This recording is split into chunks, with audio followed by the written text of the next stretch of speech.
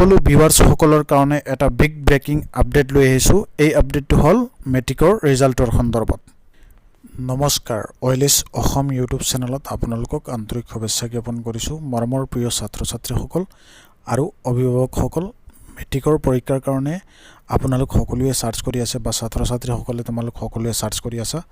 আৰু ইতিমধ্যে আজিৰ দিনৰ ভাগত তোমালোক সকলোৱে সামাজিক মাধ্যমত প্ৰত্যক্ষ কৰিব পাৰিছা যে দেখিব পাৰিছা যে অহাকালি মেট্ৰিকৰ ৰিজাল্ট দিব বুলি। কিন্তু সেই বিষয়ে লৈ পেলাই মুখ্যমন্ত্ৰী মহোদয়ে এটা গুৰুত্বপূৰ্ণ ফেচবুক পোষ্ট অলপ আগত কৰিছে আৰু সেই ইনফৰমেশ্যনটো দিবৰ কাৰণে তোমালোক সকলোৰ কাৰণে এই ভিডিঅ'টো প্ৰস্তুত কৰিছোঁ।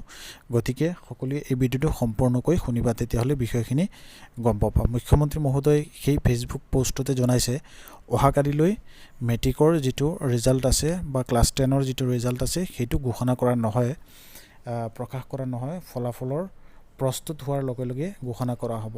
তাৰমানে ফলাফলখন এতিয়ালৈকে যিবিলাক তোমালোকৰ ৰিজাল্টৰ কাম আছে সেইখিনি চলি আছে, সেইখিনি এতিয়ালৈকে প্ৰস্তুত হোৱা নাই।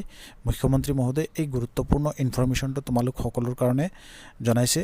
গতিকে তোমালোকে এনেধৰণৰ ভেৰিফাইড ইনফৰমেশ্যনবিলাক পাবৰ কাৰণে আমাৰ ওয়েলিছ অসম ইউটিউব চেনেলটো ছাবস্ক্ৰাইব কৰি ৰাখিবা বা মুখ্যমন্ত্ৰী মহোদয়ৰ যিটো ফেচবুক পেজ আছে সেইটো ফ'ল' কৰি ৰাখিবা। তেতিয়াহ'লে তাত ডাইৰেক্ট মুখ্যমন্ত্ৰী মহোদয়ৰ ফেচবুক পেজৰ পোষ্টবিলাক চাব পাৰিবা বা আমাৰ ওয়েলিছ অসম ইউটিউব চেনেলটো ছাবস্ক্ৰাইব কৰি ৰাখিবা। আমি আপডেটবিলাক আহিলে আপোনালোকক ভিডিঅ'ৰ যোগেদি জনাবলৈ চেষ্টা কৰিম। এতিয়া লেট নাইট হৈছে, তোমালোক হয়তো সকলোৱে শুই গৈছা। ৰাতিপুৱা যেতিয়া উঠিবা এই ইনফৰমেশ্যনটো পালে সকলোকে শ্বেয়াৰ কৰি জনাবলৈ দিবা, কাৰণ বহুতে কাইলৈ ৰিজাল্ট দিব বুলি প্ৰস্তুত হৈ আছে বা বহুতে ভুৱা খবৰৰ ভিত্তিত বহুত ধৰণৰ ভাৱনা চিন্তাৰে কিছুমান ছাত্ৰ ছাত্ৰীৰ টেনশ্যনো হৈছে। তেওঁলোকৰ ৰিজাল্ট হ'ব এতিয়া কেনেকৈ কি হয় ৰিজাল্ট, সেইকাৰণে তেওঁলোক এক্সাইটেড মোডতো হ'ব পাৰে।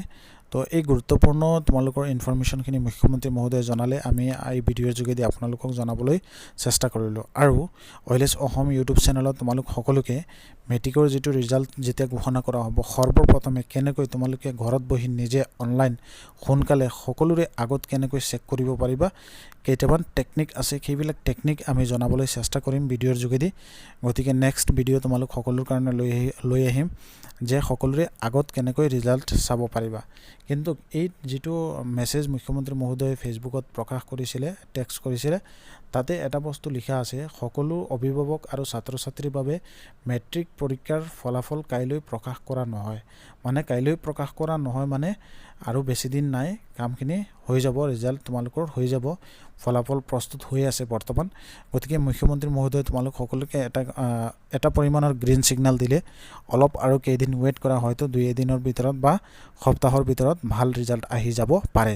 আশা কৰোঁ তোমালোক সকলোৱে ভালে থাকা, ভাল ৰিজাল্ট হওক সকলোৰে, সেইটো কামনা কৰি আজিৰ এই ভিডিঅ'টো ইমানতে। ভিডিঅ'টো যদি ভাল লাগে কমেণ্ট কৰিবা তলত কিবা নুবুজিলে। ধন্যবাদ।